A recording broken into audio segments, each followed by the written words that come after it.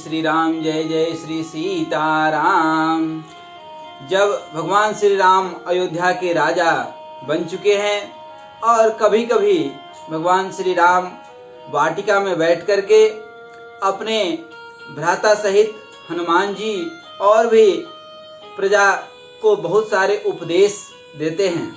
इसी उपदेश के कड़ी में आज भरत जी भगवान श्री राम से पूछते हैं कि आप कृपा करके संत और असंत के बीच का भेद कहिए।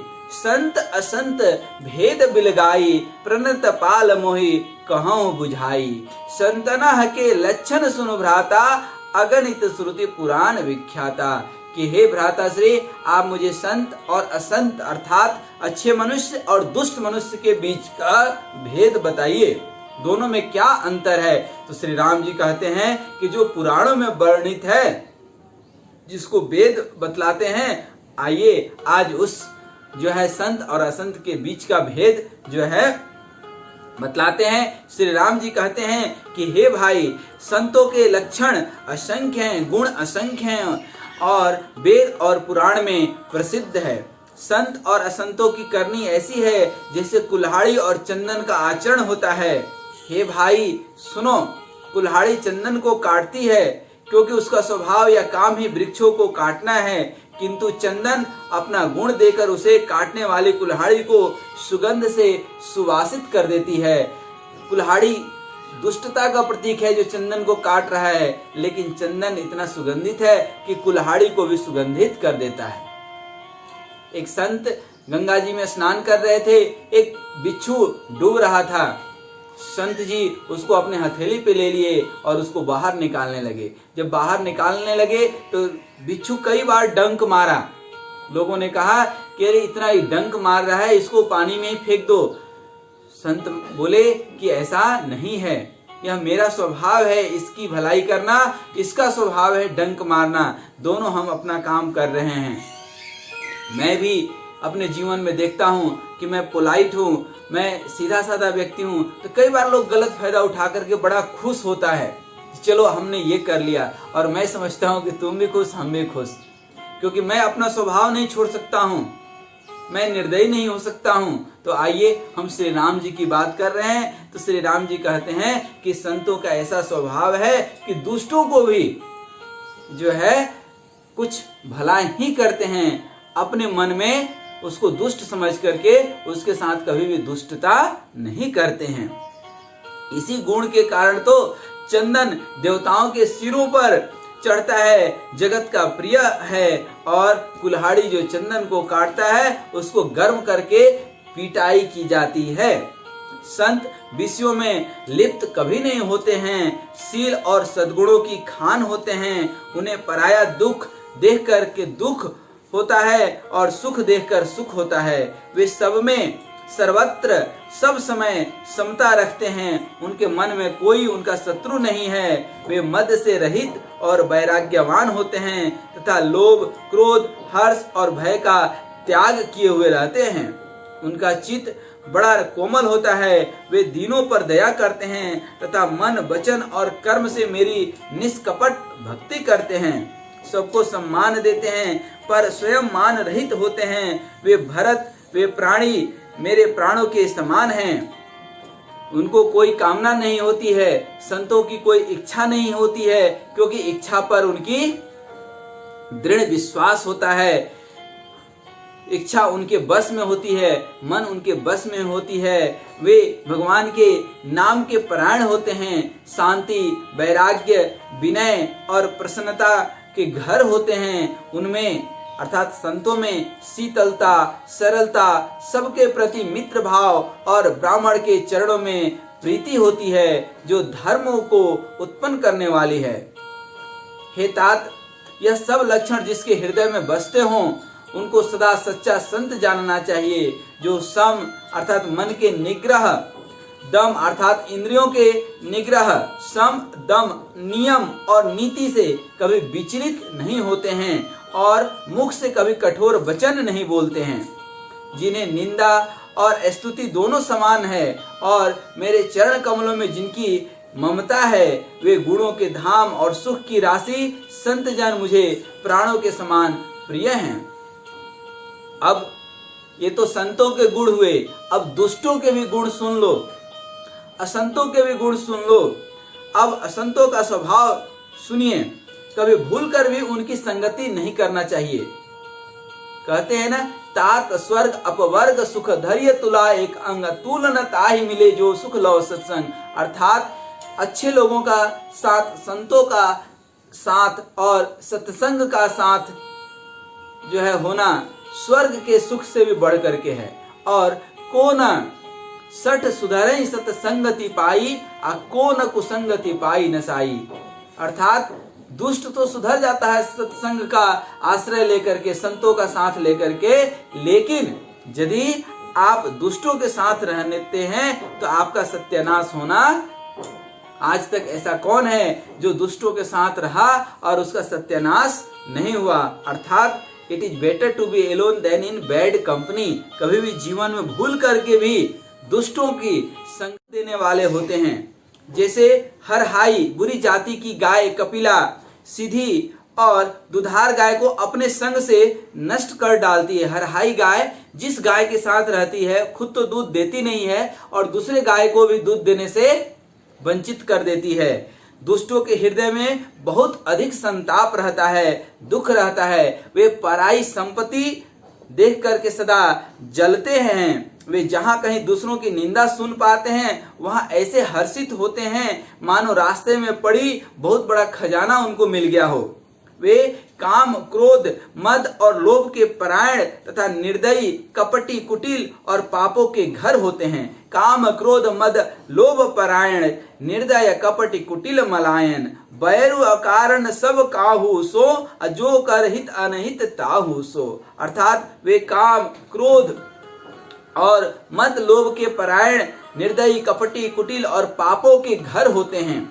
वे बिना ही कारण सब किसी से बैर किया करते हैं। जो भलाई करता है उसके साथ भी वे बुराई ही करते हैं।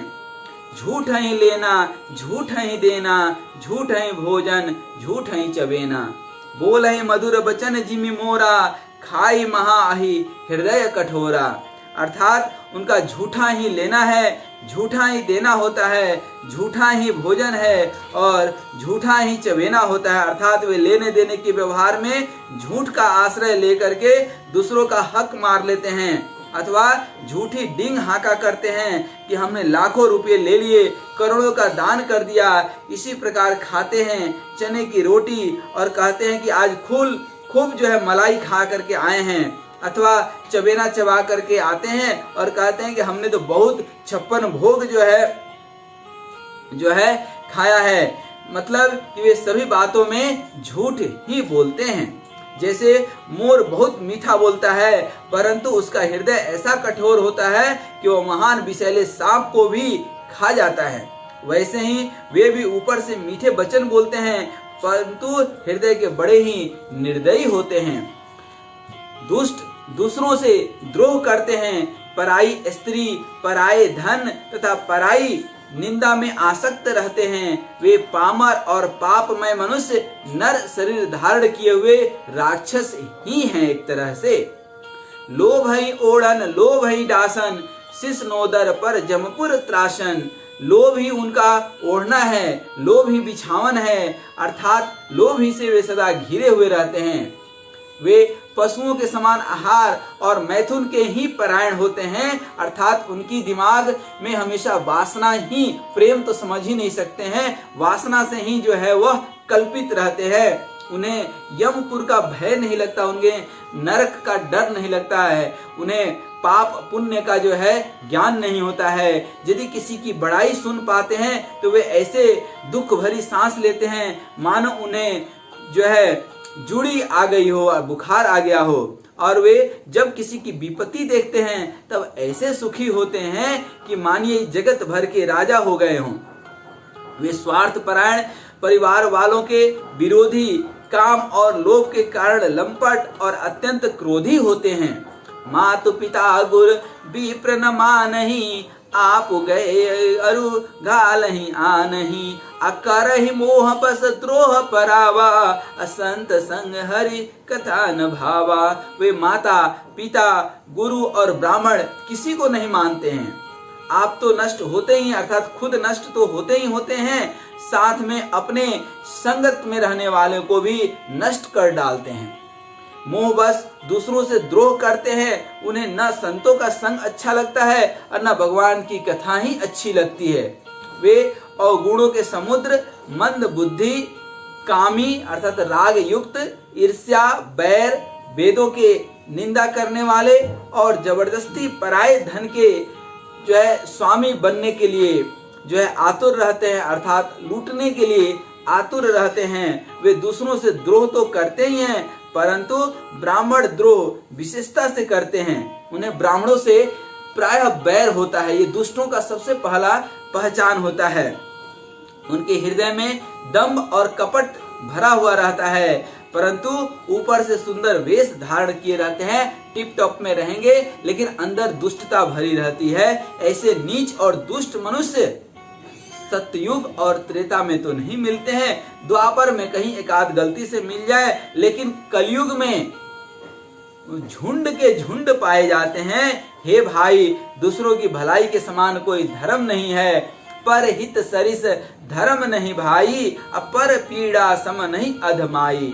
अर्थात दूसरों के भलाई के समान कोई धर्म नहीं है। इसलिए जितना हो सके दूसरों का भला करना चाहिए, और दूसरों को दुख पहुंचाने के समान कोई नीचता नहीं है, कोई पाप नहीं है।